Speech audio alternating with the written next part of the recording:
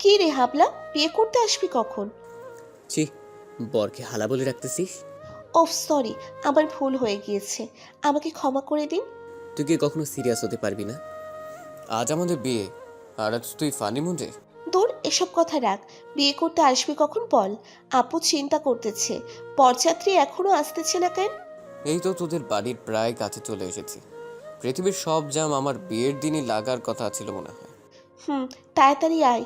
আমার এই ভারী ভারী গয়না আর শাড়ি পরে ভালো লাগতেছে না। আচ্ছা, এই বলে কলটা কেটে দিলাম। পৃথিবীতে কি আর কোনো মেয়ে ছিল না? শেষমেশ আমার বান্ধবীর সাথে আমাকে বিয়ে দিচ্ছে। শালি যে জিনিস, বিয়ের পর আমার জীবন তেজপাতা করে ফেলবে শিওর। শোনো শোনো, বরযাত্রী প্রায় চলে এসেছে। সবাই গান বাজনা শুরু করো। আর এই চুন্নিগুলো, তোরা আমার কেমন বান্ধবী রে? আজ তোদের বান্ধবীর বিয়ে, আমার বিয়া, কই তোরা নাচবি গান গাইবি তা না, সে কখন থেকে খেয়েই যাচ্ছিস খেয়েই যাচ্ছিস। তাড়াতাড়ি ওঠ, নাচ গান শুরু কর, আমিও একটু নাচি। আপু, তুই ঠিক আছিস তো? আজ তোর বিয়ে কোথায়? তুই কান্না কান্না ভাব করে থাকবি, আমাদের ছেড়ে চলে যাবি তাই? আর তা না, তুই গান বাজাতে বলতেছিস তোর বিয়ে তুই নাচবি? কেন, আমার বিয়ে আমি নাচবো, এটাই তো স্বাভাবিক। আর আমি কি একেবারে তোদের ছেড়ে চলে যাচ্ছি নাকি? আমি তো কদিন পর পর এসেই তোদের থেকে যাব। আর কান্নাকাটির সিন তো এখন না। যখন আমাকে বিদায় দিবি তখন কান্না করে পুষিয়ে দিব। খেল খতম, পয়সা হজম। বাহ, তোর মতো মেয়ে আর একটাও আছে কি না সে বিষয়ে আমার সন্দেহ আছে। শশ, যা তো এখন, নাচ গান কর। তোর দুলাভাই তো এসে পড়লো। আর শোন, 5,000 টাকা না দিলে তোর দুলাভাইকে ঢুকতে দিবি না। আর জুতা গুছিয়ে রাখবি তোর দুলাভাইয়ের, তারপর টাকা চাবি। বাহ, নিজের বরের পকেট ফাঁকা করার বুদ্ধি দিচ্ছিস, বাহ। আরে ও ভীষণ কিপটা, যা বললাম তাই করবি, না হলে কিন্তু ওর থেকে টাকা খসাতে পারবি না। কলেজ লাইফে বোম মেরেও ওর পকেট থেকে টাকা বার করতে পারিনি। কিপটার সাথে তো বিয়ে হচ্ছে? হি হি করে হাসিস না। দেখ খাওয়ার কি আছে, আমার খুব ক্ষুধা লাগছে। হুম, যাচ্ছি। অবশেষে নীলাদের বাড়ির সামনে এসে দাঁড়ালাম। গাড়ি থেকে নেমে সবাই এসে গেটের সামনে দাঁড়ালাম। আসেন দুলা ভাই, আসেন। কেমনে আসবো বলো? গেট তো ধুরি দিয়ে আটকে রাখছো, তারপর বলতেছো আসেন দুলাভাই আসেন। ওটা দড়ি না দুলা ভাই, ফিতা। যাই হোক, ওটা খুলো। এটা তো এত তাড়াতাড়ি খোলা যাবে না, আগে টাকা দিবেন তারপর খুলবো। কি? এই দড়ি খুলতে টাকা দেওয়া লাগবে? সমস্যা নেই, তাহলে তোমাদের দড়ি খুলতে হবে না, আমরা এই দড়ি খুলে ভিতরে যাচ্ছি। এই না না, আগে টাকা দিবেন তারপর ফিতা কেটে ভেতরে ঢুকবেন। আমি আর কিছু বলার আগে দুলাভাই আমার কিপটামি দেখে আমার মুখ চেপে ধরলো। তারপর ওদের সাথে কথা বলে টাকা দিয়ে ফিটা কাটলেন। আসুন দুলা ভাই, ভেতরে আসুন। শালিকা। এই বলে শালিকা আমাকে একটা চেয়ারে বসিয়ে রাখলো। চেয়ারে বসে আছি তখনই টুম করে একটা মেসেজ আসলো। তাকে দেখি নীলার মেসেজ। কি রে জামাই আদর কেমন পাচ্ছিস? বলার মতো না, আসতে না আসতেই 5,000 টাকা শেষ আমার। শশ, বিয়ের সময় কিপটামি একটু কম কর, সারা জীবন তো কিপটামি করেই গেলি। ইস, আমি অপচয় রোধকারী, তোদের মতো ফাও ফাও টাকা অপচয় করি না। আমি জানি তুই কি। রুমে আয়, তখন বোঝাবো না আমি কে। এখন পাশে মানুষ আছে, বাই। আজ তো বাসর, তুই কি বুঝাবি? আজ তো আমি বুঝাবো। এভাবে অনেকক্ষণ কেটে গেল। কিছুক্ষণ পর মিলি এসে আমাদের খাবার স্থানে নিয়ে গেল। তারপর পেট ভরে খাওয়ানো হলো। ইস, এই রুমে থাকতে থাকতে বিরক্ত হয়ে গেছি। কখন আসবে ওই কুম্ভকর্ণ কে জানে। খাওয়ার পর অনেকক্ষণ আড্ডা দেওয়া হলো। এবার সবাই সিদ্ধান্ত নিল আমাকে নীলার রুমে দিয়ে আসবে। সবাই নীলার রুমে দরজার সামনে আমাকে রেখে গেল। দরজা খুলবো তখনই ভিলেন হাসিতে এন্ট্রি নেয় আমার বাস দেওয়া বন্ধু আকাশ। দোস্ত, তুই বলেছিলি আমাকে একা রেখে কখনো যাবি না। যা, তোর তাই আমার। তাহলে কেন আমাকে রেখে বাসর করে যাচ্ছিস? ইস, হালা, এমনি এখনকার রাত ছোট, তারপর এত রাত করে আমাকে এখানে রেখে গেল। তুই এখন আরো সময় নষ্ট করতেছিস। আরে আমি সময় নষ্ট করতে না, সময় বাড়াতে এসেছি। মানে? আমি তোর আর ভাবির জন্য এই গিফটটা নিয়ে আসছি। শালা, এখন গিফট দিচ্ছিস কেন? পরে দিতি, এখন বাসর করতে যাচ্ছি, গিফট দিয়ে কি করব?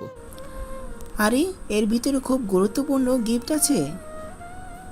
তোর আর ভাবির জন্য অনেক কষ্ট করে এনেছি, প্লিজ বন্ধু গিফটটা নে। ভাবি আর তুই খুলে দেখিস। আচ্ছা দে, আর এখন যা ডিস্টার্ব করিস না, আমি যাই। এই বলে গিফটটা নিয়ে রুমের ভেতর ঢুকলাম। ওই, তুই এদিকে আসবি না। আমাকে এতক্ষণ অপেক্ষা করিয়ে মাঝরাতে আসছে উনি। লে ঠেলা সামলা, বান্ধবীকে আরও বিয়ে কর, বাসরাতে সোজা তুই। আসলে তোমার বোন আর ভাবিরাই তো আমাকে আসতে দেয় নাই। তোর আসার আগ্রহ বেশি থাকলে তারা তোকে আটকিয়ে রাখতে পারবো। আর এতক্ষণ রুমের বাইরে কার সাথে কথা বলতেছিলি? আমার বন্ধু আকাশের সাথে, খুব ক্লোজ ফ্রেন্ড আমার। ও, তা কি বলতেছিলি? তেমন কিছু না, আসলে আমার আর তোমার জন্য একটা গিফট কিনেছিল, সেটাই দিতে এসেছিল। আমার আর তোর জন্য একসাথে গিফট? কি গিফট দেখি তো। আমি গিফটটা নীলার হাতে দিলাম। খুব হালকা। এত হালকা প্যাকেটে কি গিফট থাকতে পারে? খুলে দেখো, আকাশ যখন দিয়েছে তখন নিশ্চয়ই ভালো কিছুই দিয়েছে। দেখি তোমার গুণধর ক্লোজ ফ্রেন্ড কি গিফট দিল। এই বলে গিফটের প্যাকেটটা খুললাম। দেখো, আমি শিওর ভালো কিছুই দিয়েছে। গিফট প্যাকেটটা খুলেই নীলা আমার দিকে অগ্নি দৃষ্টিতে তাকালো। আজ তুই শেষ। তুইও যেমন, তোর বন্ধুও তেমন। কেন, কি হয়েছে? কি গিফট দিয়েছে? এই নে, তুই দেখে নে। এই বলে প্যাকেটটা ওর দিকে ছুঁড়ে মারলাম।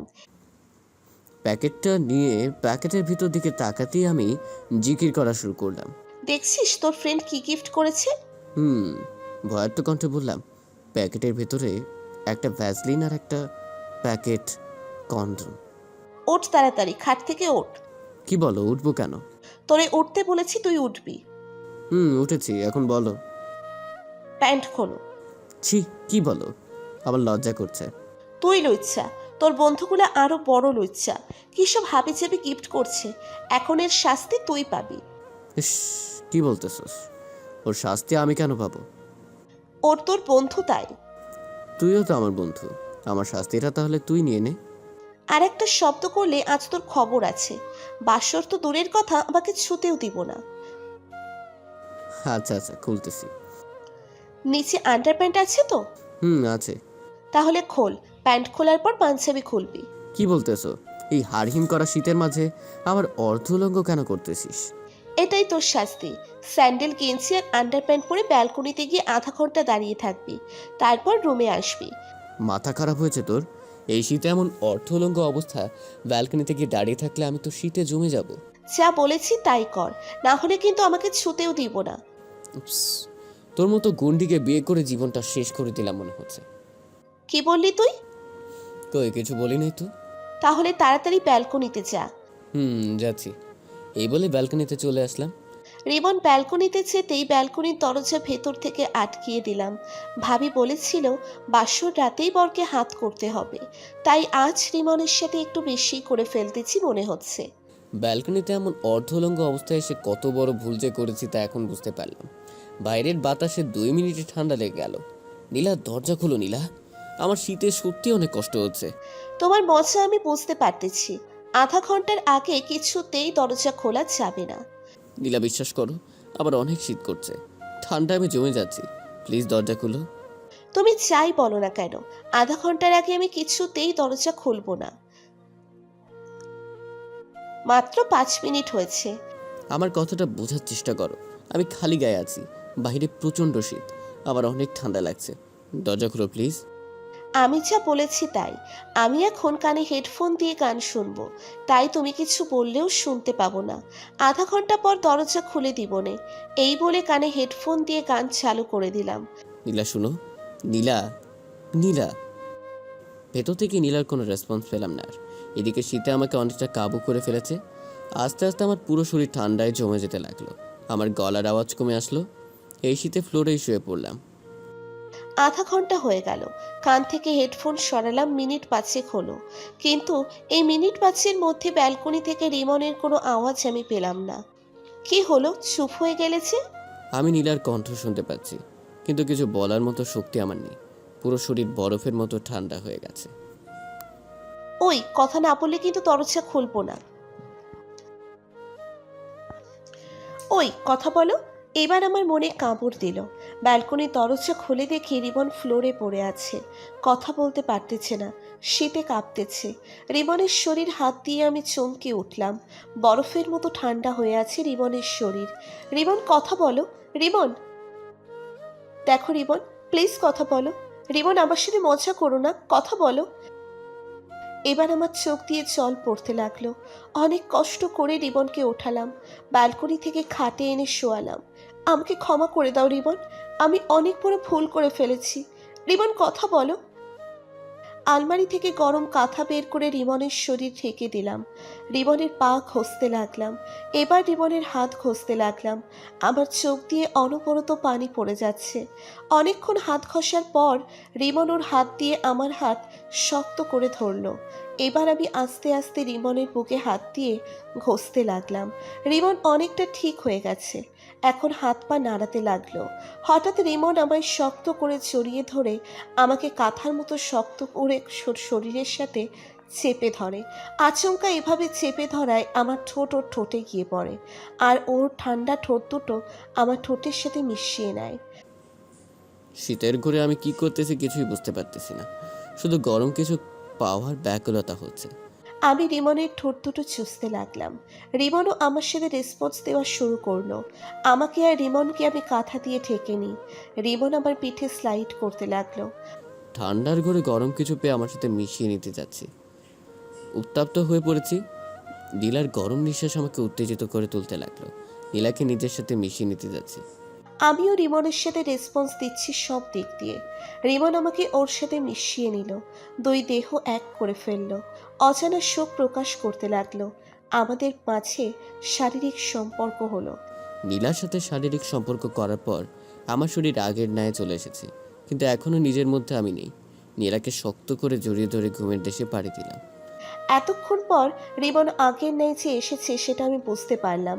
রিমনের গরম নিঃশ্বাস আমি অনুভব করতে পারতেছি। রিমনের বুকের উপর শুয়ে আছি আমি, শক্ত করে জড়িয়ে ধরে আছে আমায়। ওর শরীরও অনেক গরম আমি অনুভব করলাম। গভীর ঘুমে আচ্ছন্ন ও এখন। আমি ওর কপালে চুম্বন করে ওর বুকেই মাথা গুজে শুয়ে পড়লাম।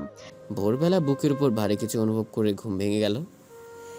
তাকিয়ে দেখি আমার বুকের উপর নীলা গুটি গুটি মেরে শুয়ে আছে। হঠাৎ চোখ গেল আমাদের শরীরের দিকে, আমরা দুজনেই নগ্ন। হঠাৎ রাতের কথা সবটা মনে পড়লো। আমার নীলার প্রতি রাগ হলো। ওর শীতে আমাকে ব্যালকনিতে পাঠিয়ে দেওয়া, আমি সাথে সাথে নীলাকে ঠেলা দিয়ে সরিয়ে দিই। আমার ঠেলায় নীলা খাটের পাশে পড়ে যায়। ধরপড়িয়ে উঠে দেখে রিমন খাটে শুয়ে আছে আর আমার দিকে তাকিয়ে আছে। রিমন, তুমি ঠিক আছো তো? জানো আমি কতটা টেনশনে ছিলাম, কতটা ভয়ে ভয়ে ছিলাম সারা রাত। আমাকে ওই হারহিম করা শীতের মাঝে পাঠিয়ে দেওয়ার সময় একটিবারও তো ভাবনি। এরপর আর টেনশন করে কি লাভ? আমি বুঝতে পারিনি এত কিছু হবে। প্লিজ ক্ষমা করে দাও, আমি অনেক ভালোবাসি তোমায়। যদি ভালোবাসতে আমি এতবার বলার পরও দরজা আটকে রাখতে পারতে না। বিশ্বাস করো, আমি মজা করেছিলাম।